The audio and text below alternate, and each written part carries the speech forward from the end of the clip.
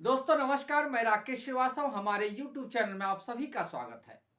ऐसा लगता है कि महाराष्ट्र में औरंगजेब के कब्र का मुद्दा थमने वाला नहीं है।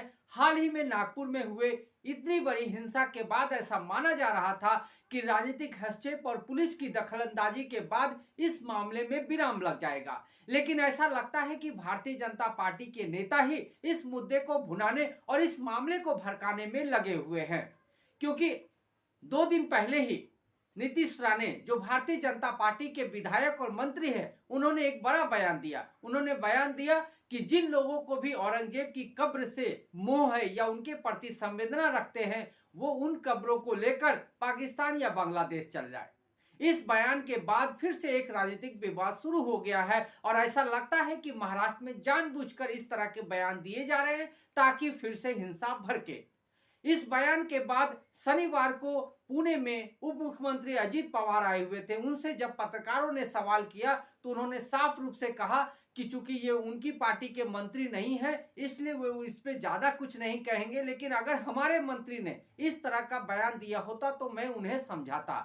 साथ ही उन्होंने कहा कि चूंकि दूसरे दल के वो नेता हैं, मंत्री हैं, तो उनके दल के जो नेता हैं यानी देवेंद्र फडणवीस और एकनाथ शिंदे के कान में ये बात जरूर डालूंगा। यानी साफ रूप से उन्होंने नीतीश राणे के बयान के साथ किनारा किया। ऐसे में लगता है कि जो गठबंधन के दल है उनके बीच ही औरंगजेब के मुद्दे को लेकर अलग अलग तरह की राय है। इसी बीच शनिवार को ही अजित पवार ने एक और बयान दिया और बयान ये दिया कि जिन किसी ने भी मुस्लिम भाई बहनों की तरफ आंख उठाकर देखा या उन्हें परेशान करने की कोशिश की या दो समाज के बीच लड़ाई लगाने की कोशिश की तो उसे किसी भी कीमत पे बख्शा नहीं जाएगा। उनके इस बयान के खत्म होते ही अगले 2 घंटे के अंदर नारायण राणे का भी एक बयान आया और उन्होंने कहा, अजीत पवार पे तंज कसते हुए कहा कि ऐसा लगता है कि अजीत पवार आंख देखने के नए धंधे को शुरू कर दिया है, यानी आंख देखने का नया धंधा शुरू कर दिया है। ऐसे में लगता है कि इस मामले को लेकर आने वाले दिनों में राजनीतिक विवाद ही नहीं बढ़ेंगे, बल्कि गठबंधन के अंदर जो 3 दलों की सरकार चल रही है उनके बीच भी मतभेद पैदा हो सकते हैं। क्योंकि इस बयान के बाद एक और बयान सामने आया, क्योंकि देवेंद्र फडणवीस से जब इस मामले में अजित पवार के बयान को लेकर सवाल किया गया तो देवेंद्र फडणवीस ने बड़े सहजे हुए लहजे में कहा कि वो इस बात का समर्थन तो करते हैं कि दो समाजों के बीच विवाद करने वाले लोगों को परेशान जो भी करेंगे उन्हें छोड़ा नहीं जाएगा, लेकिन जो लोग राष्ट्र के खिलाफ जाकर काम कर रहे हैं उनको भी नहीं छोड़ा जाएगा, उनके खिलाफ कार्रवाई की जाएगी। उनके बयान से एक तरह का नया कंफ्यूजन पैदा हो गया है कि आखिर वो अजीत पवार के बयान का समर्थन कर रहे थे या विरोध कर रहे थे, क्योंकि अजीत पवार ने तो वही बयान दिया जो बयान स्वाभाविक नजर आता है कि समाज में दो लोगों के बीच या दो समुदाय के बीच मतभेद पैदा करने वाले लोगों को छोड़ा नहीं जाएगा। ऐसे में देवेंद्र फडणवीस को इस बीच में राष्ट्र विरोधी कौन लोग नजर आए गए जिनके खिलाफ उन्होंने ये बयान दिया। तो ऐसा लगता है कि देवेंद्र फडणवीस भी वो बयान नहीं दे पाए जो बयान वो देना चाहते थे या उनके अंदर जो चल रही है। तो ऐसे में लगता है कि राजनीतिक दलों के बीच, खास करके नेताओं के बीच औरंगजेब के मुद्दे को लेकर एक नए तरह के मतभेद सामने आ रहे हैं।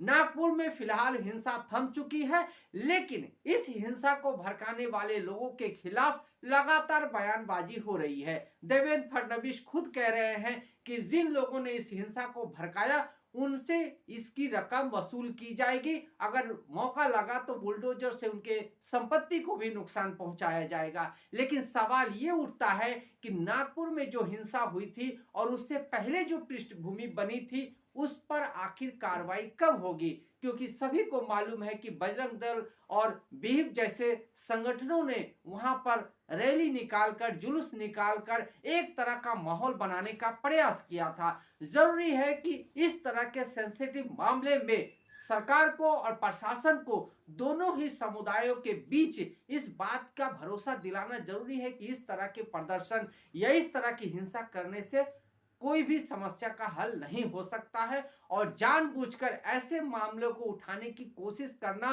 समाज के खिलाफ जाता है जिस मुद्दे का फिलहाल कोई जरूरत नहीं है। लेकिन ऐसा लगता है कि इस मामले को कुछ लोग भुनाने की फिराक में लगे हुए हैं।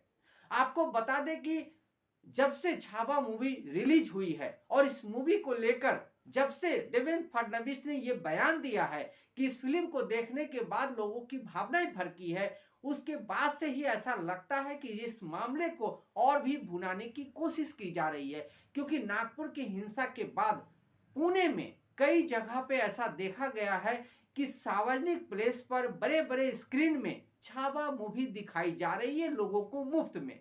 सवाल ये उठता है कि आखिर ये छावा मूवी मुफ्त में आम लोगों को क्यों दिखाई जा रही है?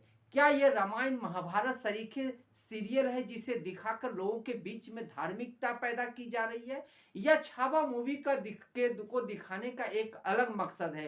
क्योंकि सभी को मालूम है कि इस फिल्म के में औरंगजेब की जो क्रूरता है उसे दिखाई गई थी और उसके बाद ही जो महाराष्ट्र में जो एक तरह की भावना भड़कनी चाहिए थी यह वो भड़की है और उसका ही परिणति हुई है कि नागपुर में ये हिंसा हुई है।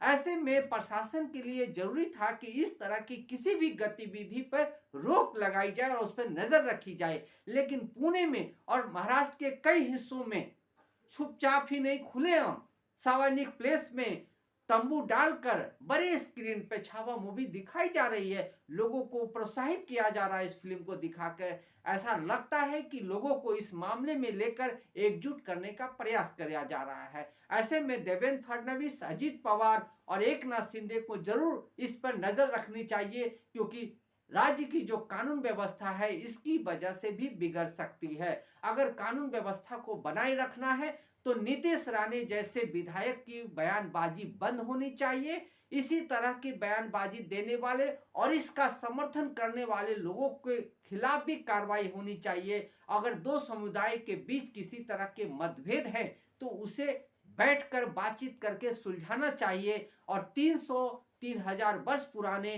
किसी मामले को लेकर, किसी कब्र को लेकर नए सिरे से विवाद पैदा करने से इसी समाज का नुकसान होगा और फिलहाल इससे कुछ हासिल होने वाला नहीं है। इसलिए जरूरी है कि राज्य की कानून व्यवस्था और राज्य में शांति व्यवस्था बनाए रखने के लिए देवेंद्र फडणवीस इन मसलों पर जरूर ध्यान दे। नीतीश राणे जैसे लोगों को पर लगाम लगाए और छावा मूवी का जिस तरह से जगह जगह इस बड़े बड़े स्क्रीन लगा के प्रदर्शन किया जा रहा है, लोगों को दिखाया जा रहा है, उसे प्रोत्साहित किया जा रहा है, उस पर नजर रखनी चाहिए। क्योंकि हो सकता है कि ये बाद में किसी तरह की हिंसा में तब्दील ना हो जाए। आज के लिए बस इतना ही। अगर आप हमारे श्रोता हैं तो आप हमें जरूर लाइक और सब्सक्राइब करें। तब तक के लिए नमस्कार।